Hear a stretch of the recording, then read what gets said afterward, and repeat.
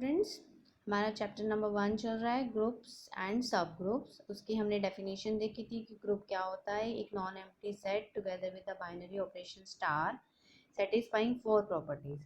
और अगर इसी में हम 5th प्रॉपर्टी कॉम्यूटेटिविटी ऐड कर देते हैं तो वो एक एबिलियन ग्रुप बन जाता है। इसके कुछ हम एग्जाम्पल्स देख चुके थे।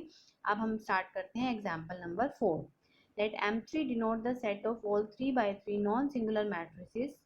Show that this is a group but not an abelian group with respect to matrix multiplication. हमें ये शो करना है कि नॉन सिंगुलर मैट्रिसेस का सेट जो है वो ग्रुप तो है लेकिन एबिलियन ग्रुप नहीं है। उसके लिए हमें ग्रुप की 4 प्रॉपर्टीज को स्टडी करना पड़ेगा। तो first one is closure property. Closure property क्या कहती है कि अगर हम सेट में से कोई भी दो एलिमेंट लेते हैं, let a and b belongs to M3, इसका मतलब ए और बी हमारे पास 3x3 की नॉन सिंगुलर मैट्रिक्स है। और अगर हम इनको मल्टीप्लाई करते हैं a into b, a b या बी ए, तो भी वो क्या रहेगी, नॉन सिंगुलर 3x3 मैट्रिक्स रहेगी। इसका मतलब क्लोजर प्रॉपर्टी इज सेटिस्फाइड। अब हम बात करते हैं एसोसिएटिविटी की। अगर हम 3 एलिमेंट्स लेते हैं ए b c belongs to M3, we always know that a into b into c equal to a into b into c. Third one is existence of identity. Existence of identity के लिए हमारे पास एक identity matrix होती है। For example 3x3 के case में 1 0 0 0 1 0 0 0 1। अगर हम इस आइडेंटिटी मैट्रिक्स को किसी भी मैट्रिक्स के साथ मल्टीप्लाई करते हैं तो वो रिजल्ट हमेशा सेम मैट्रिक्स आता है। That means a into I3 equal to a equal to I3 into a। Also I3 belongs to M3। इसका मतलब इस सेट में आइडेंटिटी एलिमेंट एग्जिस्ट करता है। Next one is existence of inverse. Let A be a non-singular matrix 3x3 matrix। Plus two class में हमने एक result पढ़ा था, इनफैक्ट उसमें फर्स्ट ईयर में भी आता है कि कोई भी मैट्रिक्स इन्वर्टिबल तब होगी जब वो नॉन सिंगुलर है। Matrix is invertible if and only if it is non singular. क्योंकि ये जो सेट है वो नॉन सिंगुलर मैट्रिक्स का सेट है, इसका मतलब इसकी हर मैट्रिक्स का इन्वर्स एग्जिस्ट करेगा। यानी कि a into a inverse equal to a inverse into a equal to I3। Also a inverse belongs to M3। Next one is, ये 4 प्रॉपर्टी सेटिस्फाई होते ही जो M3 का सेट है वो हमारे पास एक ग्रुप बन गया। अब हमें 5th प्रॉपर्टी चेक करते हैं, कॉम्यूटेटिविटी। क्योंकि हमें पता है जनरली मैट्रिक्स मल्टीप्लिकेशन के केस में A B is not equal to B A. इसका मतलब कॉम्यूटेटिव प्रॉपर्टी सेटिस्फाई नहीं होती। तो जो सेट है ये ग्रुप तो है लेकिन एबिलियन ग्रुप नहीं है। तो हमेशा याद रखना है कि M3 मैट्रिक्स का जो सेट है, नॉन सिंगुलर मैट्रिक्स का सेट, ये ग्रुप बनता है मैट्रिक्स मल्टीप्लिकेशन के लिए लेकिन एबिलियन ग्रुप नहीं बनता। अब हम नेक्स्ट एग्जांपल की बात करते हैं। इसमें कुछ पर्टिकुलर मैट्रिक्स आ चुकी हैं। Let G is equal to A0 0 0 where A is any non zero real number. इसमें जो मैट्रिक्स है इसमें उस तरह के एलिमेंट है जिसमें first A11 element non zero है और बाकी सभी एलिमेंट्स में क्या है, जीरो। हमें शो करना है, show that G is an commutative group under matrix multiplication. अब मैट्रिक्स मल्टीप्लिकेशन के लिए इसको कॉम्यूटेटिविटी शो करना है तो फर्स्टली हमने क्लोजर प्रॉपर्टी चेक की। अगर हम दो मैट्रिक्स लेते हैं A और B such that A equal to A0 0 0 B equal to B0 0 0। अगर हम इसको दो एलिमेंट्स लेते हैं, इनकी मल्टीप्लाई करते हैं ए B, that is of the same type A B 0 0 0। That means A B belongs to G, G is close with respect to matrix multiplication. Second property is associativity. Generally matrix में हमेशा associativity hold होती है, तो A into B C equal to A B into C. Next one is existence of identity. अब इस case में identity element हमारा क्या होगा, ई इक्वल टू 1 0 0 0। दैट मीन्स क्योंकि एलिमेंट जो है वो हमारा सेट से बिलोंग करना चाहिए और सेट में उसी टाइप के एलिमेंट है कि जिसमें A11 एलिमेंट नॉन जीरो और बाकी सभी एलिमेंट्स क्या होने चाहिए, जीरो। तो हमने E इंटू ए किया, चेक किया, that is equal to a into e check करते हैं, that is also equal to a. Fourth one property, इसका मतलब ई जो एलिमेंट है 1 0 0 0 that is an identity of g. Fourth property is existence of inverse. तो उसके लिए हमने एक एलिमेंट लिया a इक्वल टू A0 0 0। इस एलिमेंट का हमें इनवर्स ढूंढना है। उसके लिए consider b equal to 1 by A0 0 0। Since a is non zero therefore 1 by a is also not equal to zero. अब हम चेक करते हैं कि a इंटू बी और b into a that is equal to e है या नहीं है। तो हमने चेक किया, a B equal to e आता है और b a equal to e. यानी कि दो एलिमेंट की मल्टीप्लिकेशन अगर आइडेंटिटी एलिमेंट आती है तो वो दोनों एक दूसरे के इनवर्स हैं। A B equal to B a equal to identity matrix, that means b is the inverse of a. Fifth property is commutativity. Let a equal to a 0 0 0, b equal to b 0 0 0. A b हमने check किया, that is a B 0 0 0, और b a check किया, that is also a B 0 0 0. A B equal to B ए इस case में generally matrix के case में नहीं होता, लेकिन ये पर्टिकुलर टाइप की मैट्रिक्स है, इस केस में A B equal to B आ रहा है, तो जी हमारे पास एक कॉम्यूटेटिव ग्रुप बन गया with respect to matrix multiplication. तो यही हमें शो करना था, इस टाइप का जो एलिमेंट्स का सेट है वो कॉम्यूटेटिव ग्रुप बनता है. नेक्स्ट हम लेते हैं, show that a raise to power -3, a raise to power -2, a raise to power -1, 1, a square, a cube and so on. This forms an infinite abelian group with respect to multiplication where a is any fixed non-zero real number. उसके लिए हम check करते हैं. सबसे पहले हमने closure property check की, तो दो एलिमेंट्स लिए x और y हमने सेट में से लिया. तो x हमारे पास हमने लिया a raise to power m type का होगा, y हमारे पास a raise to power n type का होगा. इनकी मल्टीप्लिकेशन की, that becomes a raise to power m plus n also belongs to g. ये भी इसी टाइप का एलिमेंट है, इसलिए वो g में बिलोंग करेगा. एसोसिएटिविटी हम चेक करते हैं, x into Y into Z, A raise to power m into A raise to power n into A raise to power p, that is A raise to power m plus n plus p.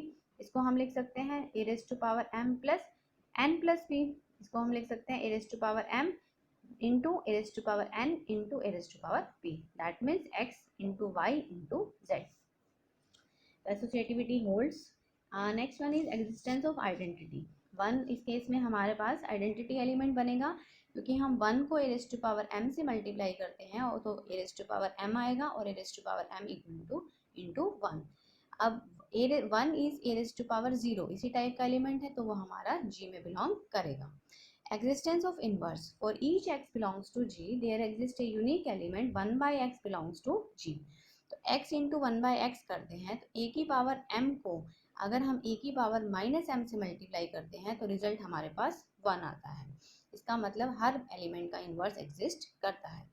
कॉम्यूटेटिविटी देखिए, x into Y A raise to power m into A raise to power n, that is equal to A raise to power m plus n.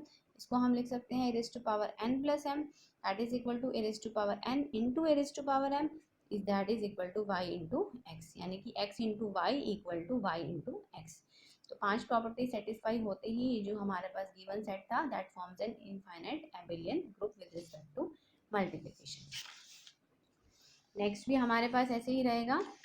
Show that the set of integers z is an abelian group with respect to operation star defined as a star b equal to a plus b plus 1 for a b belongs to z. 7th और 8th हमारे पास same है, हम इसको पहले 8th को study करते हैं, ये लगभग 7th फिर आप अपने आप करेंगे. तो show that the set of all non-zero rational numbers forms an abelian group with respect to binary operation star defined by a star b equal to a into b by 2. सबसे पहले हमने closure property check की. Closure property के लिए दो elements लिए, तो जब हमने इस पे ऑपरेशन लगाया ए स्टार बी, जैसा कि हमें डिफाइंड है ए स्टार बी का मीनिंग है ए इंटू बी बाय 2. अगर ए और बी रैशनल नंबर्स हैं, नॉन जीरो रैशनल नंबर्स, तो ए बी बाय 2 भी एक नॉन जीरो रैशनल नंबर होगा, तो ए स्टार बी भी हमारा इस सेट क्यू नोट से बिलोंग करेगा. नेक्स्ट वन ही एसोसिएटिविटी. 3 एलिमेंट्स लिए, a b c belongs to q naught. पहले ए स्टार बी पे ऑपरेशन लगाया ए इंटू बी बाय 2, फिर उसको c के साथ लगाया, तो हमारे पास आता है a into b into c by 4. इसको हम लिख सकते हैं a इंटू अलग कर दिया b into c by 2 by 2, that is a star b into c by 2, that is equal to a star b star c. That means a star b star c equal to a star b star c. Associativity property is satisfied. Existence of identity. Existence of identity के लिए देखिए, इस set का जो element बनेगा वो 2 बनेगा. कैसे बनेगा 2? अगर हम a को 2 से मल्टीप्लाई करते हैं, तो a इंटू 2 बाई 2, 2 2 कैंसिल हो गया, that is equal to a. इसी तरह से 2 स्टार a करते हैं तो भी रिजल्ट हमारे पास a होता है. आइडेंटिटी एलिमेंट का मीनिंग है एक ऐसा एलिमेंट जिसको हम किसी भी एलिमेंट के साथ ऑपरेट करेंगे तो रिजल्ट हमारा सेम आएगा. तो a को हमने 2 के साथ ऑपरेट किया या 2 को a के साथ ऑपरेट किया तो रिजल्ट a आ रहा है, that means 2 is an identity element. Existence of inverse. हमें a is not equal to 0 belongs to q naught. उसका हमने इनवर्स चेक करना है. If b is the inverse of a, then a star b equal to 2. a star b का meaning है a into b by 2, that is b equal to 4/a। तो as 4/a belongs to q naught, तो 4/a हमारे पास a का inverse हो गया। a star b is ab/2 that is equal to ba/2 that is equal to b star a.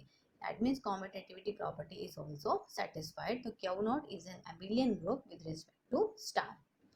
तो ये हमारे पास अगर ऑपरेशन कुछ अलग डिफाइंड हो तो हमें इसको कैसे ऑपरेट करना है, ये इस टाइप का एक एग्जाम्पल था।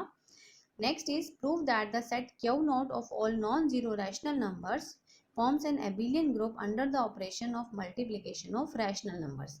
देखिए रैशनल नंबर्स का जो सेट है वो हमें ये शो करना है कि नॉन जीरो रैशनल नंबर्स का सेट हमारे पास ग्रुप बनता है abelian group with respect to multiplication. Non zero की कंडीशन बहुत ज़रूरी है क्योंकि जीरो एलिमेंट आने से उसके इन्वर्स में प्रॉब्लम आती है। तो नॉन जीरो रैशनल नंबर्स का सेट तो एबिलियन ग्रुप बनेगा, लेकिन सिर्फ रैशनल नंबर्स का सेट एबिलियन ग्रुप नहीं बनेगा। तो कंडीशन नॉन जीरो बहुत ज़रूरी है। उसके लिए देखिए सबसे पहले क्लोजर प्रॉपर्टी, दो रैशनल नंबर्स की जो मल्टीप्लिकेशन है वो रैशनल नंबर रहेगी तो closure property satisfied.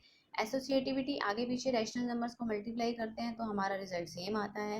Existence of identity, क्योंकि वन एक रैशनल नंबर है, वन को हम किसी भी रैशनल नंबर के साथ मल्टीप्लाई करते हैं तो रिजल्ट हमारा सेम आता है। तो वन हमारे पास इस केस में मल्टीप्लिकेटिव आइडेंटिटी हो गया।